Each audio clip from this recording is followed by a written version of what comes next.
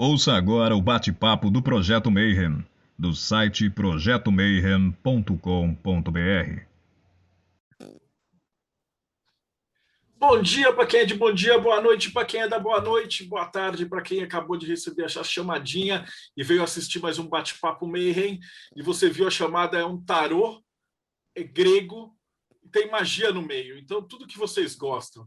E a gente chama um cara que é mega especialista, o cara tem vários livros escritos e a gente vai ter que conversar em inglês. Então, a primeira coisa que você tem que fazer é escolher aqui embaixo subtitles e depois colocar translate to português. E aí você vai entender o que a gente está falando. And now I have to speak in English. How are you, Jason? Welcome to our program. Thank you for having me. Well, the reason we invited you is because of your new tarot deck. But we discovered you have lots of books, so we have a lot of things to talk about today. And most of all, I realized that we do have one book of yours in Portuguese, but I believe it's a mock-up copy. Someone translated here, and I believe several years ago, I found it lost inside some archives, but officially we don't have anything from you. So I have to introduce you to the Brazilian audience first. So the first question that I would like to ask you is about a journey. How did you get into magic? Why did you begin to write, and how's everything? Well, looking backward over my life now, because I've been involved in magic for at least 35 years, it seems like it was just destined to be. You know, there were things that came into my life and in my path that sort of guided me in the direction of magic and the occult. When I was about 11, I first discovered the tarot, and I discovered it actually at a church youth group. We basically were talking about divination, and someone had a book on different forms of divination, and I saw the Rider-Waite tarot images in it, and I thought these are something that's really interesting and special and unique, and I need to learn something about this. There's quite a loud noise coming here all of a sudden. Do you hear it on your end? Everything okay. Okay. Don't worry, So, we're used to that.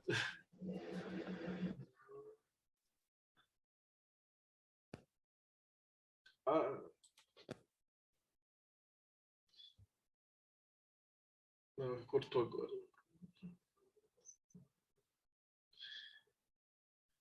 Jason, I believe you're muted. Can you hold on one sec? Ok. É por isso que a gente não faz ao vivo, tá vendo? Os Illuminati.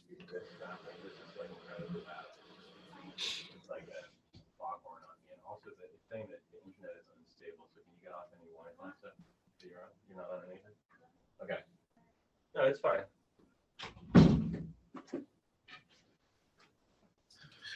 So sorry about that. I don't know. Should we start over, or are we? Yeah. Yes. Don't worry. That's why we do not do live.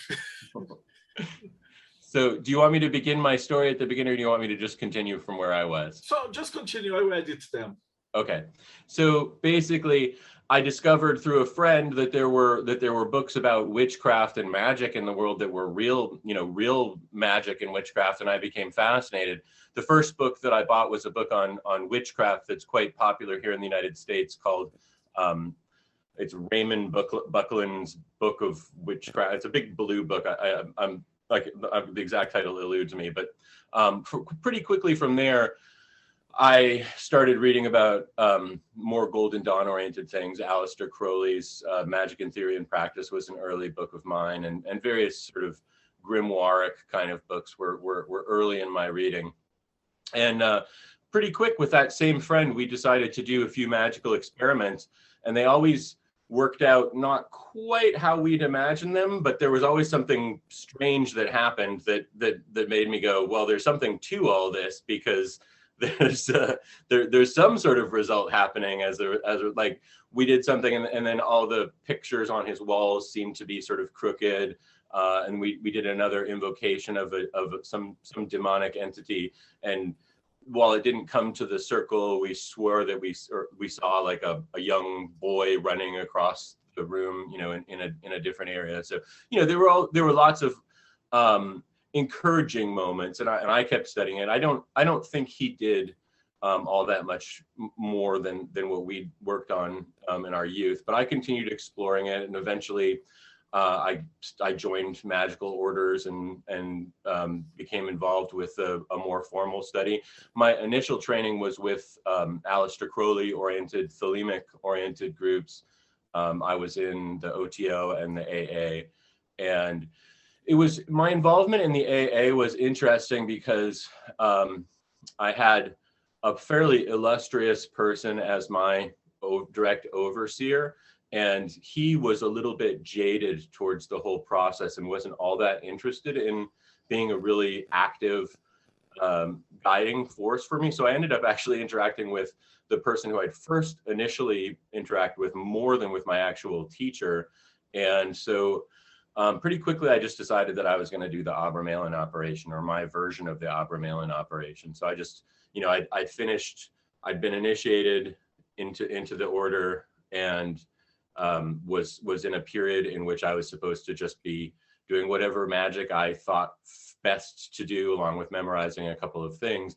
And so I just basically was like, I'm just going to do the Abermalen operation as my work that I'm doing here. So, you know, I did that. And, you know, as a result of that work, a number of things happened. You know, first of all, I did create a contact with my higher and divine genius, as far as I understand it to be. And my life and my work has been guided by that since that time period. But as a result of that, I felt like I less and less fit in with the OTO or with the AA as it was structured. And so I found myself distancing myself from it. And I wrote a book, which was my second book, which not my personal overseer, but a person above him felt was in competition with AA, and that was called the New Hermetics. And so they basically said, you know, if you want to continue with AA, don't publish this book. And I said, okay, well, I guess you've made my choice for me. I'm going to publish my book.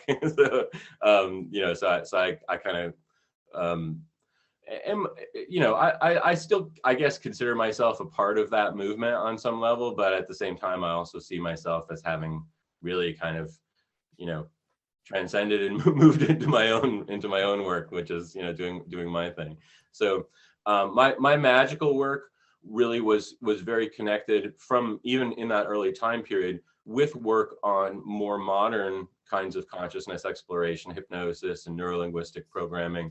And due to the fact that I was influenced somewhat by the writings of like Robert Anton Wilson and some of those folks over at the Falcon Press, I felt like magic was a looser concept, and that those things weren't, you know, it has come to my attention that some people view those sorts of things as sort of not magical on an inherent level, and I never felt that way. And so my writings kind of, you know, fit with that paradigm. I do get a little bit annoyed when people say that my work is psychological magic, because I don't feel like that's really a good descriptor for it, and I don't feel like, you know, that's a word that's being used not as a way of understanding, but rather as a way of classifying and otherizing different people's ways of approaching things. You know, so it's basically trying to exclude me from a you know, their club, and make me the person who is doing something different and wrong, which I don't agree with, and I don't see myself as doing a different sort of work than theirs. If anything, I see mine as being more in line with what the Golden Dawn and Aleister Crowley's AA were intending to have happen, which was that we would be growing our consciousness towards higher places, and, you know, discovering our innate or our hidden genius inside ourselves, and be able to express it more fully, to express the true will in the world. And that's you know, that the work that the New Hermetics covers is really about sort of stripping away the things that aren't your true will to discover that hidden inside you. My studies have really been pretty varied. My first few books, I was largely in the thelemic paradigm, so my reading was a little bit less full than it has become since then. I've spent a lot more time reading, scholastic work and reading, older texts translated into English, or even making some pathetic attempts at trying to translate some of it myself. So, my work has changed and evolved quite a lot over time. That was great. We do have a lot of questions for you. And the first question is, what is magic to you, based on your concept? And what was magic to you before you're a Brahmaling, and then after you get out of the AA? I believe, for what you say, you have three steps into magic. Can you tell us a little more about that? I mean, I think my perception of what magic is has been fairly consistent, although I think that as a concept, it tends to be a little bit elusive and difficult to understand. But basically, magic for me is the various systems of understanding how the universe comes into being through various levels of divine consciousness, and learning to work with those different levels so that you can make changes. I mean, a lot of magic really is about being able to understand the subtle forces that are moving us, and there are a lot of different ways of doing that, from reading cards or some other form of drawing lots, those kinds of things. And then astrology is another, method of understanding things. And so those two ways of trying to understand what's going on an invisible level then naturally become activated when we then try to either change where things are going or to enforce what we see as already kind of coming into being. And so magic is a way of trying to influence the universe's manifestation in such a way that things come about by our design. And I think that it's both something that you do, but it's also something that you are and that you experience too.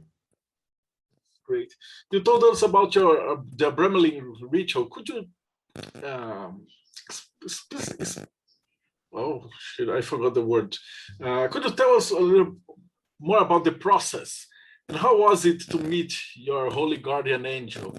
We have interviewed several magicians that attained this level, and we are collecting their stories. We even interviewed psychology from London that were studying the effects of the Brahmaling on the human mind. And he is a psychologist. He's not a magician or a wizard or anything. He's a scientist. And he said that in 2020, 2021, the whole world was experiencing some form of this Brahmaling. Right. Yeah. The isolation and the but not necessarily the devotion and the and the transformative work. The more people were binging streaming services like Netflix and Hulu rather than doing devotional prayers. So the Abrahmalin operation, there's really two distinct things that are called the Abrahmalin operation at this point, and I think they have fairly distinct purposes. So and they're, like my friend Aaron Leach, we've been arguing about the Abrahmalin operation for like 20 years. But the easiest way I think to reconcile it is to realize that there's the Abrahmalin operation as defined in that grimoire or short story or whatever you want to call it, that operation, exactly how it is presented there. And then it was reinterpreted through the Golden Dawn and most especially through Aleister Crowley into a somewhat different ritual that they continued to call the Abrahmalin operation in an informal sense, but wasn't necessarily quite what the Abrahmalin operation was initially in the text of the, late medieval, early Renaissance text that is called The Sacred Magic of Abramelin and the Mage. My work that I did was probably more closely aligned with the Crowley thelemic version of it than it would be aligned with the classical grimoire sense.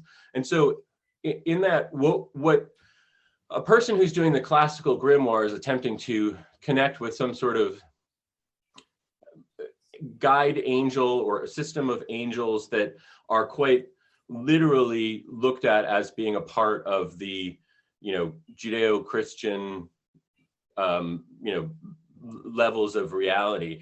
And the Crowley version of it is a bit more freeform than that, in that he really didn't believe in that system quite that way, and so wasn't really trying to get you to do exactly that. Instead, what he was trying to get you to do was to get in touch with that inner divinity that is within all of us, that is the guiding force of our incarnation. And that, I think nowadays it's more called the daemon than it is the holy guardian angel. That I think is a more accurate word for it, in that daemon really represents your fate, your destiny, your how things are going to play out in your life, whereas holy guardian angel is much more of a part of a metaphysics that, ultimately they aren't necessarily a different being per se, but one's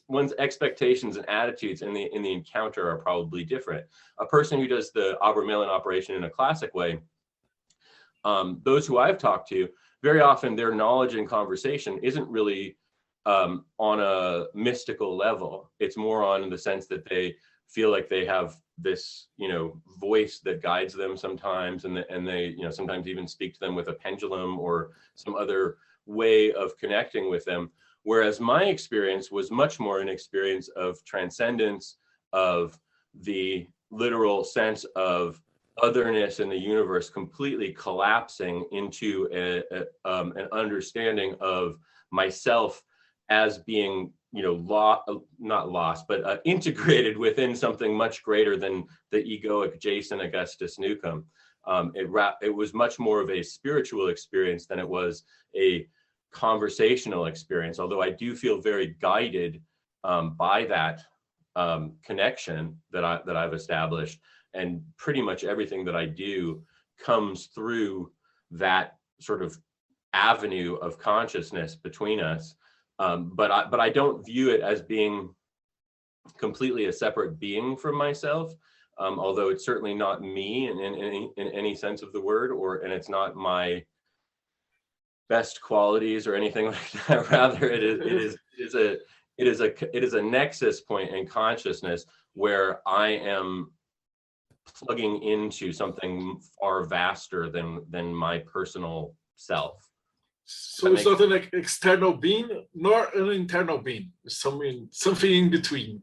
It's I think that where it lives for me is a place where those kinds of questions don't make as much sense, because we're all a part of this continuum of consciousness, and it's just this much vaster and more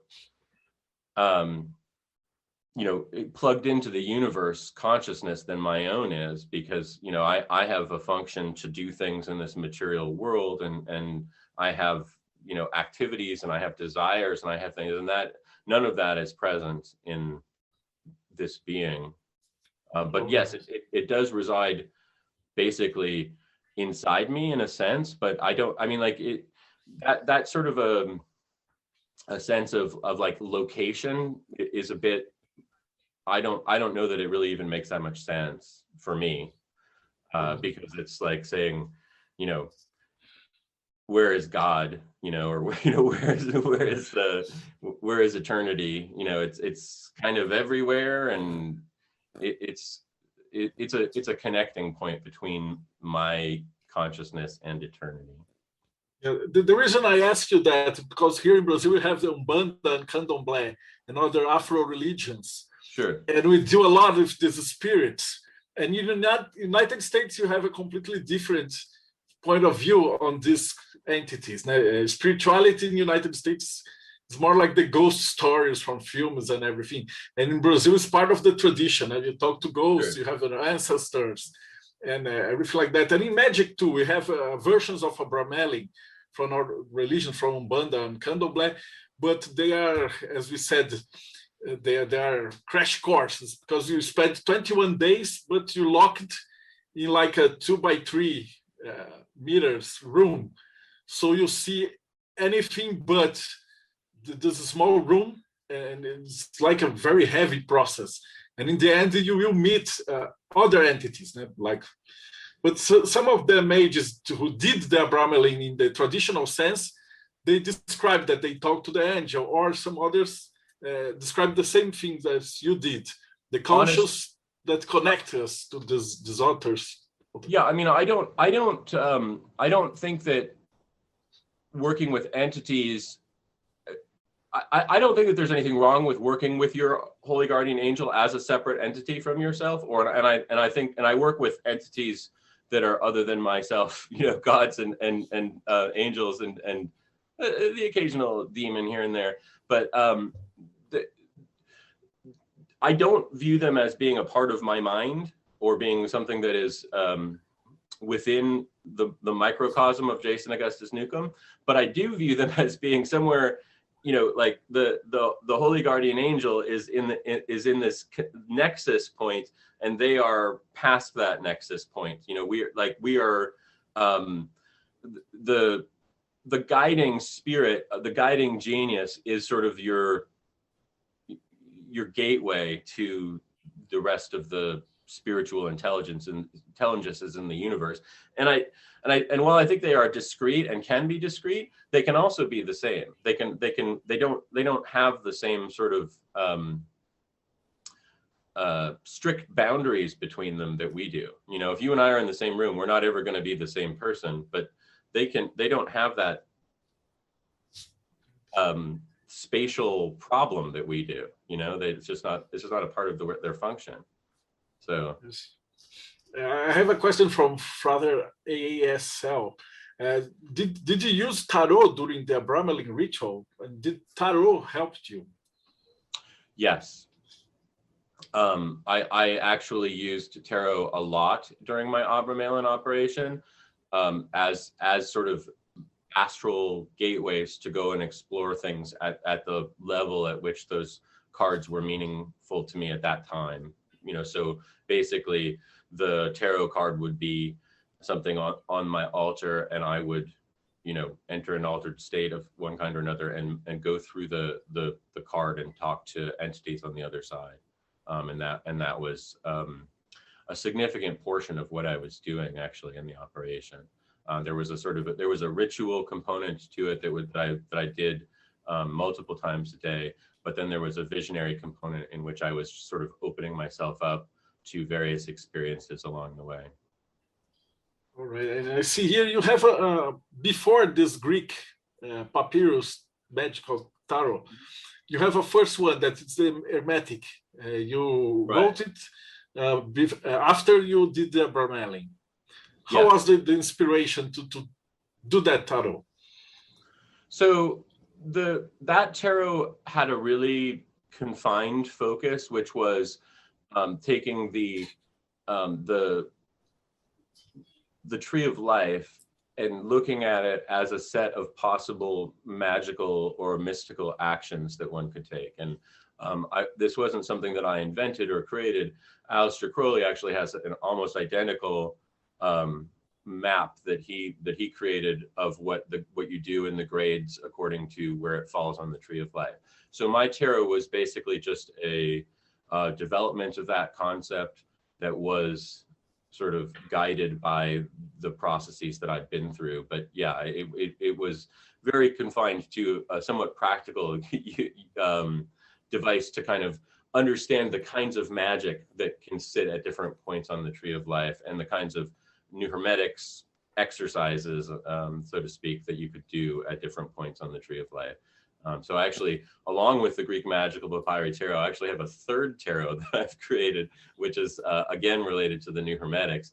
But instead of it takes kind of the opposite tack to it, which is that basically it's like a divinatory deck, except that instead of getting an answer, you're getting an action to take.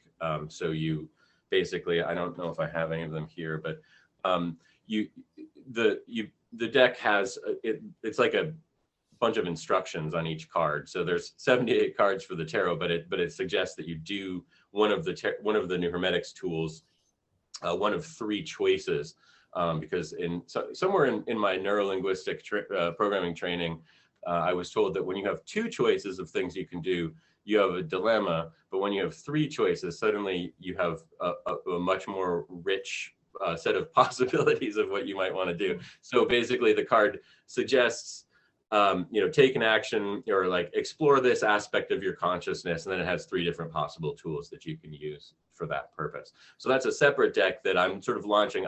I've had it kind of in the pipeline for a long time, but I decided to launch it at the same time as this deck. But it's obviously again a pretty specialized deck for a person who really wants that specific kind of thing, whereas the tarot of the Greek magical papyri is a little bit more universal in its application as a tarot. And this Greek tarot is the one that we are in love here. We were talking to you before we recording that to get this kind of products here in Brazil is very difficult, because the law here considers tarot gambling. Sure. So we have a lot of taxes and everything got very expensive. So it's cheaper for us if we could produce it here. But how's it going? The Indiegogo, you are in it's not a Kickstarter, it's Indiegogo one. Yeah? An Indiegogo campaign. Yeah, I've used them several times, and I don't remember why I chose them over Kickstarter, but it was years ago. So I've done 1 Kickstarter campaign, and I've done 6 Indiegogo campaigns. So it's going great. We've been doing it for 1 week now. It was launched at 6 p.m. last Monday, and we've already raised over $30,000. So wow, it's going phenomenally well. Much faster than I had ever hoped. So I hope it continues to go well, and that people keep investing in it. But that's really, really great. And I have the question that Breno wrote is, if you could tell us about the creation of this deck. How was the procedures and inspiration and everything? It's funny because it's one of those things where, again, I feel like I'm guided to do things, and I don't always 100% understand why I'm doing them. So I kind of started the deck before I even really quite knew where it was going. I drew this image and this image. I don't know if you can see the other one, but the Hecate image and the Typhon image. Oh, and the Hermes image. So those were the first 3 that I drew. And I knew it was a tarot deck, but I didn't quite, other than that, I didn't quite know where it was going beyond that. And it sort of unfolded itself for me as I was going along. But the reason that I wanted to create the deck is there's a few different reasons. My initial reasoning was that I didn't feel like there was a deck that really connected well with the ancient magic that I've been getting more and more into over the last few years. The tarot feels, even at its most sort of, the eldest ones, the Italian and French designs, they feel very European and very not connected with anything past the Middle Ages per se. So I wanted to tap into a more ancient strata, and when I started I had an inspiration that I would like to design it based on ancient Greek pottery, because the way that they did ancient Greek pottery, it's got a sort of a quick feel to it. Like even ones that are extremely detailed, you can tell that the person doing it was doing it at a rapid rate, most likely because they were trying to get 10 done in a single day. So it has a sort of a drawing quality to it that I liked. I liked the idea that it's something that would be in someone's life, and that this is the way the gods would have appeared to a person who was just living their life in the ancient world. So that and then I started looking at some of the art, and I was like, wow, a lot of these images kind of almost look like tarot cards to begin with. They've got they've the image of, say, Hermes here. He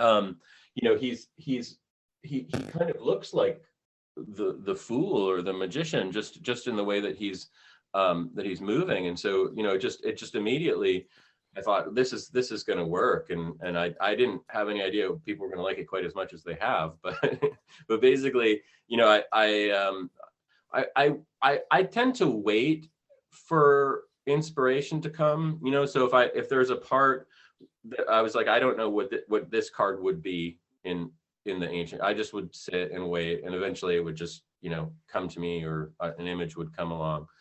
So I mean, it was a very inspired effort. The small cards have a somewhat different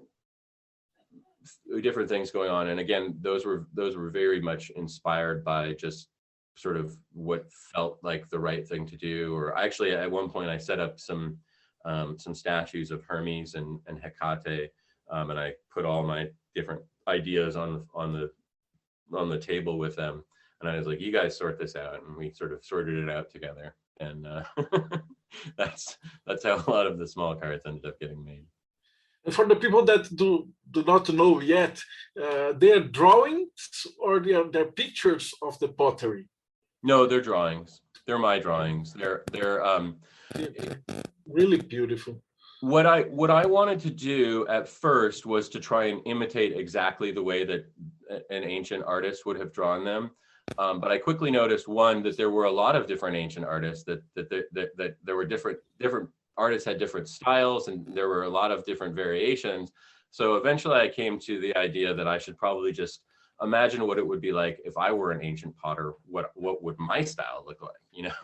So I've tried to harmonize a lot of the images. Every one of the images has something to do with an image that actually exists. None of them are just completely free creations. But like some images were more detailed, and then there's another kind of pottery called black figure pottery, and some of the deities that I wanted to put into the deck only exist in black, or at least that I was able to find. So I had to sort of pull that out, change the art style of it so that it would match with the rest of these ones. So there's been some creative monkeying around with things, but they're all pretty closely based on the way that they would have looked back then. And how's the connection between the magic and the tarot in this deck?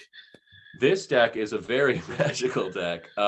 First of all, I've dispensed with the names that you usually see on tarot cards, and instead I just have the name of the deity. Here's Helios, and just says Helios on it.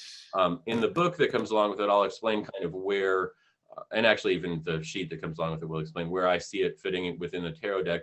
But I intentionally designed them this way because I realized that there might be people who'd really like to use this deck, but they don't agree with my way of organizing the cards. So why not just leave it open so that people can interpret them the way that they feel comfortable utilizing them? And at this point, there's going to be quite a few additional cards that I'm making, because I had stretch goals for my campaign that we blew through in 7 days. Every one of my stretch goals has been gone through at this point. So I'm adding some additional cards that someone could either just have a bigger tarot and dispense with the idea of it having to be 78 cards and have more cards in it, or they could take out one of the cards that's in the initial set and replace it with a different one. So it's a very flexible tool.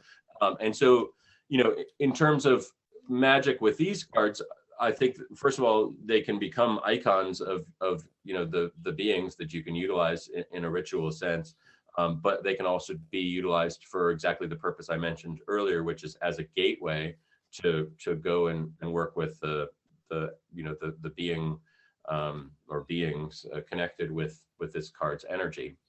Let me see if I can find. So the small cards are quite directly magical. They're kind of, sorceress in a way. They have,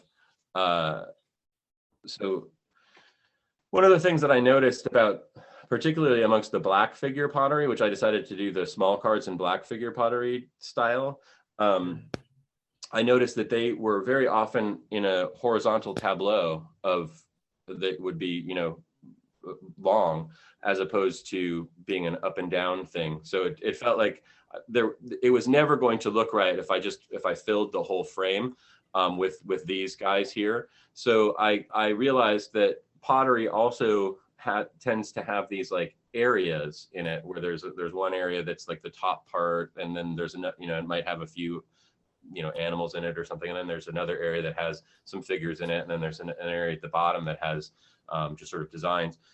So I decided that I was going to put a talisman. This is a talisman from the Greek magical papyri, and then have a little tableau of, you know, little black figures doing various things.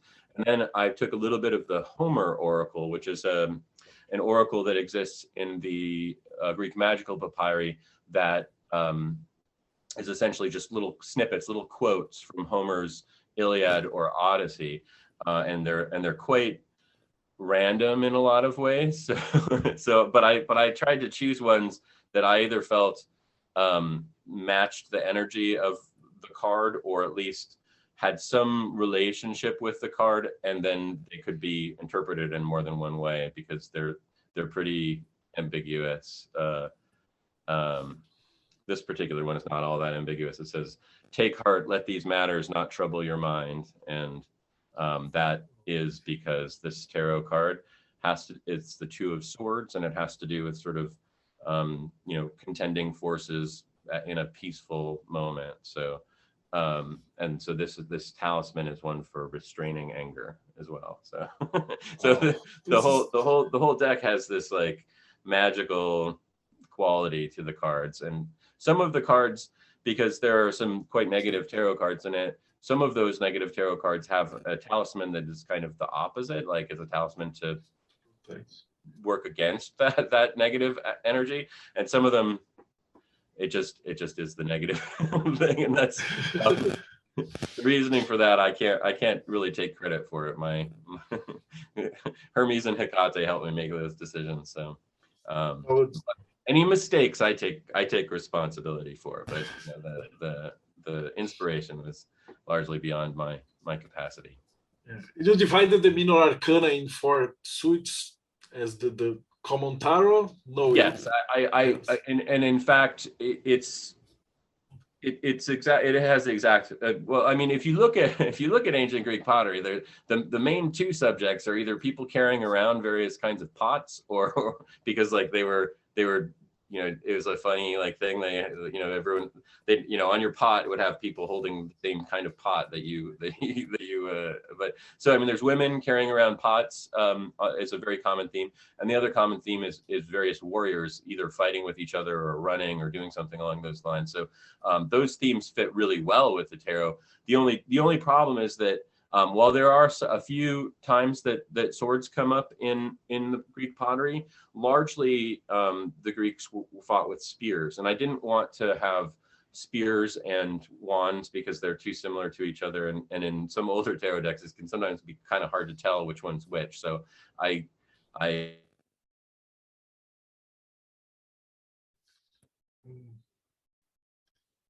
Wait, you're muted. I believe you Jason, say something. I believe you were muted. I was muted? Yes, you the last sentence that you said, we couldn't hear it. Oh, okay. Just I don't say it again. So the you know, the suits of the tarot fit in pretty well with ancient Greek pottery, because they did have walking sticks in quite a lot of them. They did have people carrying cups around in them, largely as kind of a joke, or not a joke, but as sort of like a, you know, this is a pot, and so we're going to depict people with pots in their hands of the same kind. That's a very frequent thing happening, and it's usually women who are holding those pots. and then there are warriors fighting with each other. And usually the warriors are fighting with spears, though, rather than swords. But I decided to stay with the tarot's sense of swords, and so I mean these are kind of Greek style swords, but they're not probably as accurate to the way that ancient Greeks would have made the cards themselves, simply because they would have probably used spears. But it just seemed like spears and swords or spears and wands are kind of similar to each other. They're almost identical at the pointy end. So I didn't really want to create that confusion any more than I needed to. Although the way that I have them, all the little swords are little warriors, and the anyway, they're based on each suit has its own kind of figure, so it's pretty easy to detect which one is which. So yeah, that's the tarot, and the inspiration for it was that I was really interested in the Greek magical papyri and really interested in ancient magic, and wanted to create a tarot that kind of fit more with that. I do tarot reading professionally sometimes, not extremely frequently at this point, but I kind of wanted to create a deck that I could use for that as well. So most likely this will be the deck that I'm using with clients into the future. And with this, you have a book with the papyri and everything. It is with spells, a magical book. What can you expect from the book that comes with the tarot? Some of the book has to be completed at this point. I wasn't completely ready for it to go quite as quickly as it has, but yeah, I made some offers to expand the book if people supported the project, and gosh darn it, they supported the project. So yeah, the book is going to be much bigger at this point. So yeah, I mean, there's a spell that goes along with each one of these cards. I'm in my use of them magically, I've kind of adapted them a little bit to a little bit more of a modern approach to things, because of the fact that the images are on the cards rather than being made out of some substance, as they frequently, either on papyrus or carved into clay or carved into tin, or a few things are actually statues that I've turned into images. So, I mean, there's an adaptation going on from the beginning. But the truth is that in both that form of magic and other forms of magic, we've changed the medium of magical symbols and devices throughout history. And it's not like I'm inventing something new by doing. I have another question from Breno. He said about your tarot. We are seeing a new renaissance of grimoire magic, but not only your project, but the Grimorium Verum and others. What's your opinion on that? Well, I mean, I think it's fine in a lot of ways. I think that the 19th century occult revival that kind of spawned the current interest in magic was an attempt to get away from that, to elevate magic to a slightly higher sphere. And I don't know that they completely succeeded in everything that they were doing, but I think that to a certain extent, what has been winning out is more the sorceress function of magic rather than the evolutionary function of magic. And it could be argued that any kind of magic is going to elevate you to an extent because you're going to be changing your consciousness as you're doing it. But at the same time, I think that the fact that more and more people are gravitating away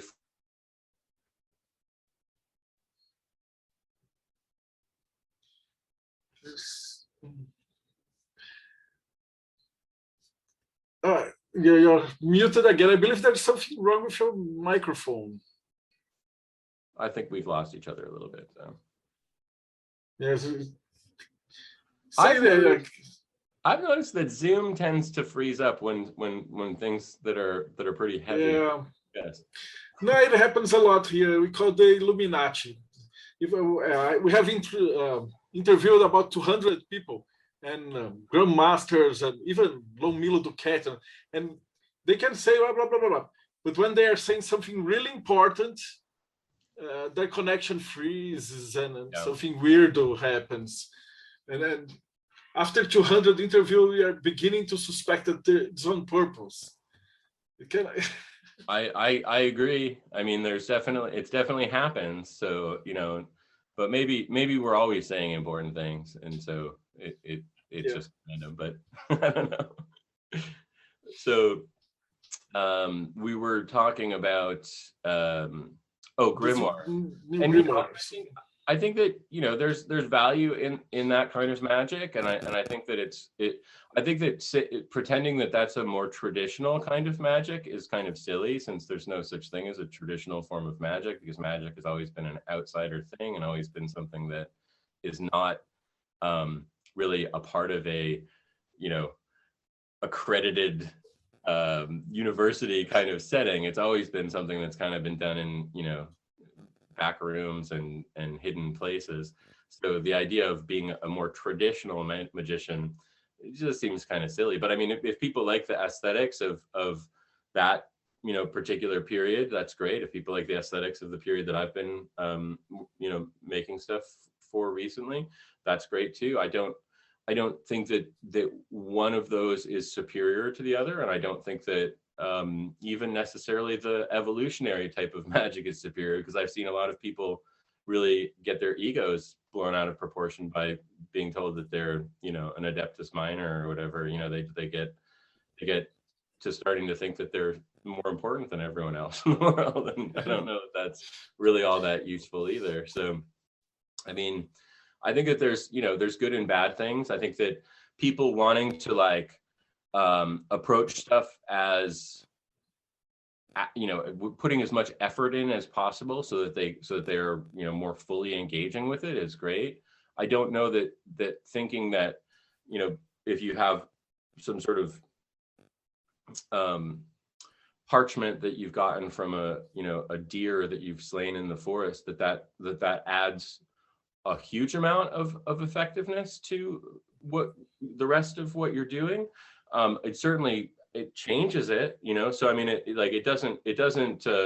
not the same thing, you know. But I think there's other ways of putting that level of focus into things that also work.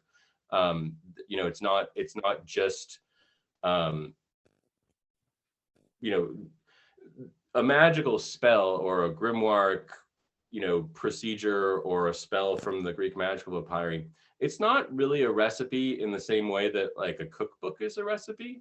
It has some of those components to it, but it's not quite the same thing. And there's more possibilities of substituting something else into it and still having it work out, or doing it absolutely correctly and having it not work out. You know, just because the situation you set up wasn't really right for it, or, you know, the target wasn't something that you have the ability to hit because of your level of sophistication with it or lack of connection with it. You know, I mean, this what you said, recipe. I think it's great, because last week we interviewed a hoodoo priest, and the hoodoo spells are basically that, recipes. That they said, but at the same time, what's that? A good magic is magic that works. Right. And I've done some experiments with hoodoo that were quite effective, and I like hoodoo. And yes, it does have a sort of a recipe quality to it too, but it's not just the recipe. That's the recipe, you know, there's a difference between having someone cook a cake who's never cooked a cake before, who's trying to follow the recipe, but there's certain things that aren't necessary. Like when it says you have to put a cup of flour in, if you press a bunch of flour into the cup, so it's really a lot of flour, you can compress a lot of flour into it, then you're going to have a very dense, horrible cake. You need to like only have a little bit of, you know, the flour needs to be light and fluffy that you're putting into it. If you don't understand that inherently, the recipe is going to be misinterpreted all over the place. You know what I mean? Yes, that's a great explanation.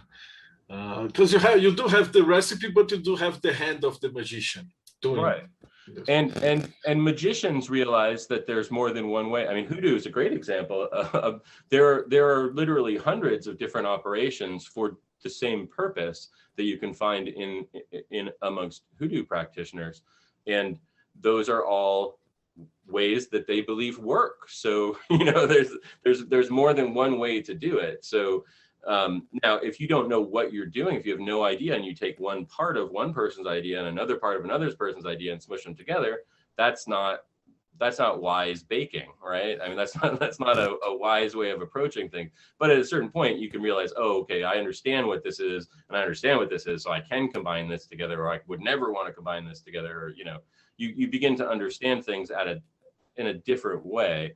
And I think it's important for people to realize that that's not some far off thing in the distance. It's fairly practical, like you don't combine certain things because they don't belong together, and like it should be pretty apparent to you after a few experiments whether things go together or not.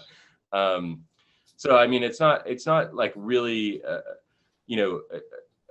I don't want people to feel like it's like I'm saying, I'm being elitist by saying that people will understand how to combine things in new ways and do things. I think it's pretty obvious most of the time what goes together and what does not. No, the question was from Rodrigo, and he said he's a beginner, and if he could use your tarot and the magic there, or if it's made for a most skilled target audience. I mean, I think to a certain extent, just simply because the images have a certain kind of power to them inherently, I think using the deck, I'm not sure of this because I'm the only person who's used one so far, but it's got sort of an inherent magic to it that seems very present to me. So I don't know that you could escape from that by utilizing the deck. I think that you're going to be joining into that magical world a little bit by utilizing the deck. But I think there's a lot of different ways that you can approach it. I mean, you can utilize it just like any other tarot. You could utilize it to play the gambling game that tarot was created for, if you wanted to, because it's it's got that quality. It doesn't have any numbers on it, other than in the citation for the Homer quotes, but that's and that's because they didn't use Arabic or Latin numerals in. I mean, you don't see them in Greek texts much at all. So it seemed weird to even consider it. Of course, you can this is a 2 because there's 2 little guys and there's 2 little swords, but it's not numbered in there at all. But so yeah, there's lots of ways in which it can be used. Would I say you should immediately jump in and start doing spells with the cards? I don't know. Sure. There's a question from Vera, and she said, will there be king and queen? And did you choose princess and prince? There are basically 4 kinds of figures in this. There's like a sort of a philosopher king, a warrior, a woman who is probably an artisan, and then a woman who is either a priestess or some other something like that. And so basically those are the king, queen. So it's a princess, but I mean, it's not as obvious as that, because they're, you'll know which one's which, but they're basically more like figures than necessarily queen, king, prince, princess, or page. And but there's definitely there's a king and there's a warrior, so he's the knight pretty clearly, and then there's a woman who is her hair is uncovered, and she actually is she's the cups figure. So you would get to decide for yourself whether she is the more advanced one or not. And in the 16 cards, the woman with her head covered and the woman with her head uncovered, they have a coin or a sword in their hand. So it's not, like, but it's sort of like, if you guys are familiar with the Golden Dawn's way of having sub-elemental categories, that's basically what's going on with them. It's great. I have a question from Ulysses here. Jason, you have great material about Enochian magic. Could you tell us about your experience with that? So, Enochian magic, it's been a lifelong interest of mine. That it was one of the first books that I read, was actually one of the Schuler's early Enochian magic ones. And so the Enochian letters have always been something that resonated with me and felt very magical.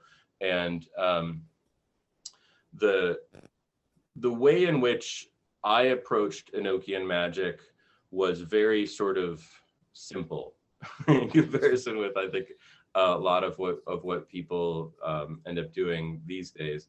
And it was actually inspired by Lon Miley Duquette. I'm sure you guys are at least vaguely familiar with him.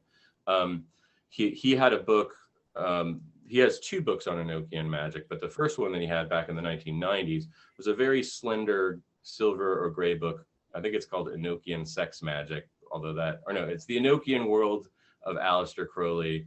Enochian Sex Magic is the title of the book.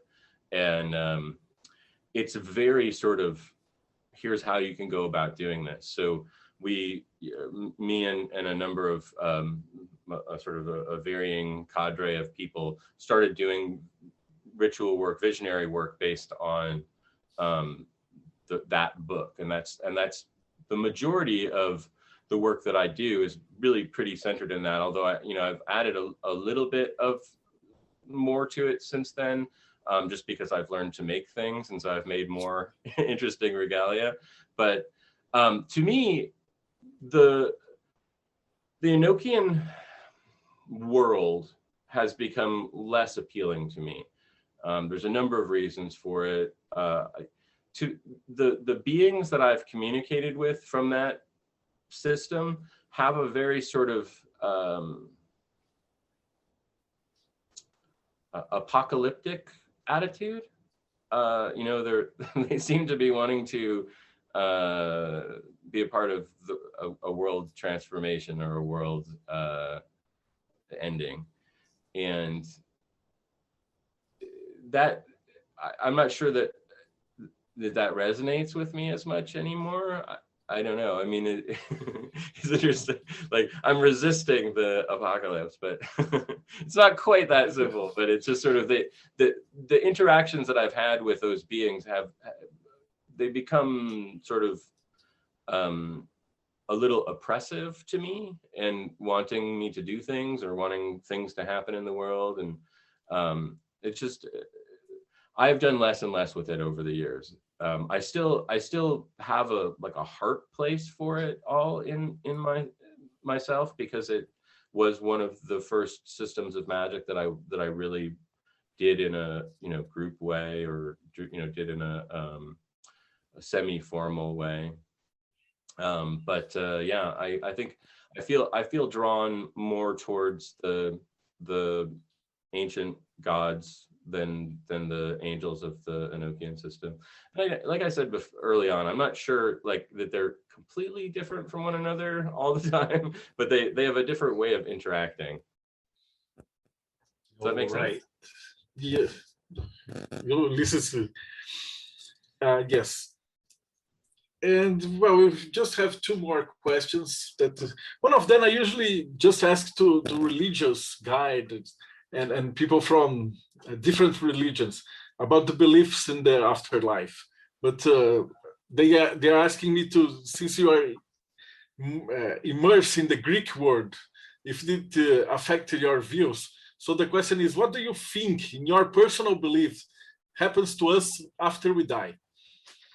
Well, I try to avoid having beliefs in things that I don't have, that I can't really answer in any way other than speculation. But my general sense, I had 2 near-death experiences last year. I had some internal bleeding going on, and I basically, lost consciousness with having lost enough blood that I had to have transfusions twice. So anyway, I've kind of I've been at that edge fairly recently, and my perspective is that consciousness itself is something beyond just our physical bodies, and so we do continue afterwards, and I think that one of the functions of magical training is to be more conscious at that point, so that we can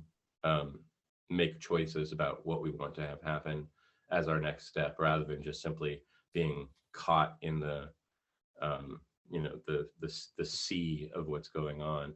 And I definitely found myself feeling like I was not as well trained as I had hoped that I would be in that juncture, and so I've been trying to more fully prepare myself as I've been continuing forward. But I think that to a large degree, magic, philosophy, occultism is a preparation for death. And of course, we don't have any answers about what's past that door until we actually go there. But I mean, I've had a number of experiences outside of my near-death experiences in which I've encountered people who were deceased, and so what that means from a metaphysical construct, I don't really have an answer for that, nor do I. It's not something that I feel like we can answer. It's sort of like asking, why is blue that color that we call blue? It just sort of is. So, of course, you guys don't call it blue. What do you call it? What's blue in Portuguese? Blue in Portuguese is azul. Azul. Oh, okay. So it's similar to Spanish. Yeah. So that's a right question. That's a right answer. There's no wrong answer, because I have been asking this question for over 200 people from all religious beliefs that you can imagine, and I got 200 different answers. Wow, so we are kind of making a bet here. So when we die, we all die, we will meet in the afterlife and say who was right. Right. My real question is like the parts of me that are me, the things that I like about being a human, the foods I like to eat, the women that I'm attracted to, all of those things seem very stupid in a more, like if I think of myself as a being that is eternal. So like all of that stuff, all the things that I would consider to be Jason seem like just garbage that's just going to fall off as quickly as possible, because like who cares about that stuff? Really? I mean, if you're an entity that is beyond the physical, all that stuff seems pretty irrelevant, including your name or any of that kind of stuff. You need to. Well, I have just two more questions for you. The first one is, how can we find you? And since this is going to YouTube and Spotify, and probably someone will be watching us a year from now, so right. Probably your tarot will be saying everything. So how can we find you? Well, I've got a single website. I'll give you the link to it. It's just jasonaugustusnewcomb.com though. And now it has all my stuff. It's got the courses that I teach. It's got this tarot project. It's got my various other things that I make, and it's got everything on it. So and also my own interview show that I do. I don't know if you guys know that I also do an interview show. Probably Breno knows. I had this week. It was terrible for me. I will put this information here in the description of the video. And it has been great talking to you. And our last question is, what advice would you give to someone that's very beginning? In Brazil, you have a very young audience. Mm-hmm. People who we are a very Catholic country, but people are beginning to see that the religion is more like a show business. And a lot of kids are very irritated with the church, and they're beginning to come to the magic world. So we had a lot of chaos magicians and telemites and hermetics and everything, and they will see probably this video. And what advice would you give to someone who is starting at magic? Okay, well, I would say that you want to do you want to balance exploration with reading, and that reading shouldn't become an obsession, because I think that it does for a lot of people. And the more you read, the more you realize that this one was wrong and this one is more correct, and you just end up getting lost in a sea of information. I think much more important is to begin to explore consciousness. I think that developing the inner skill of being able to see visions, both with your eyes closed or looking into a scrying device or of some sort, is something that you should really develop as quickly as possible, because it's sort of like the essential skill to effectively doing magic, whether you're dealing with an entity or not. The ability to kind of like perceive the energies around you in some palpable way is incredibly useful. So I would do that, and also just meditation in general, learning to it isn't necessarily learning to be one-pointed in your focus, but learning to have that aspiration towards looking at the world as a whole, rather than, from the fragmented ego consciousness that we spend most of our time in. Well, that was great. Thank you so much for your time. It has been a wonderful evening. Thank you very much for this interview. We have been in love with your project since the first time someone saw it in the Indiegogo and spread it here. And they are asking me, since I said, we are going to interview him. And they say, ask him when it's coming to Brazil, because of the problem that I said. Some of I believe Kickstarter doesn't even send to Brazil, because our mail here is crappy.